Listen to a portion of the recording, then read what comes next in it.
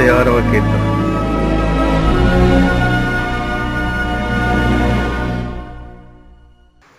భక్తిహీనుల హృదయములో అతిక్రమము దేవోక్తి వలె పలుకుతున్నది. వాని దృష్టి ఎదుట దేవుని భయము బొత్తిగా లేదు.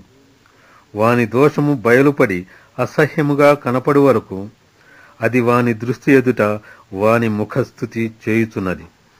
వాని నోటి మాటలు పాపమునకును కపటమునకును ఆస్పదములు. బుద్ధి కలిగి ప్రవర్తింపను మేలు చేయను వాడు మానివేసియున్నాడు. వాడు మంచము మీదనే పాపయోచనను యోచించును.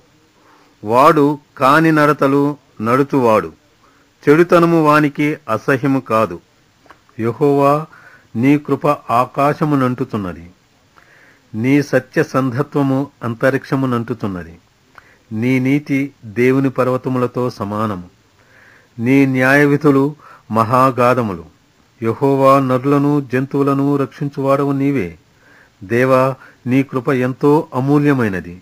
నరులు నీ రెక్కల నీడను ఆశ్రయించుతున్నారు. నీ మందిరము యొక్క సమృద్ధి వలన వారు సంతృప్తి నొందుతున్నారు. నీ ఆనంద ప్రవాహములోనిది నీవు వారికి త్రాగించుతున్నావు. నీ యొద్ద జీవపు ఊట కలదు. నీ వెలుగును పొందియే మేము వెలుగు చూచుతున్నాము. నిన్ను ఎరిగిన వారి ఎడల నీ కృపను, యథార్థ హృదయుల ఎడల నీ నీతిని ఎడతెగక నిలుపుము. గర్విష్ఠుల పాదమును నా మీదికి రానీయకుము. భక్తిహీనుల చేతిని నన్ను పారదోలనీయకుము. అదిగో, పాపము చేయువారు అక్కడ పడియున్నారు.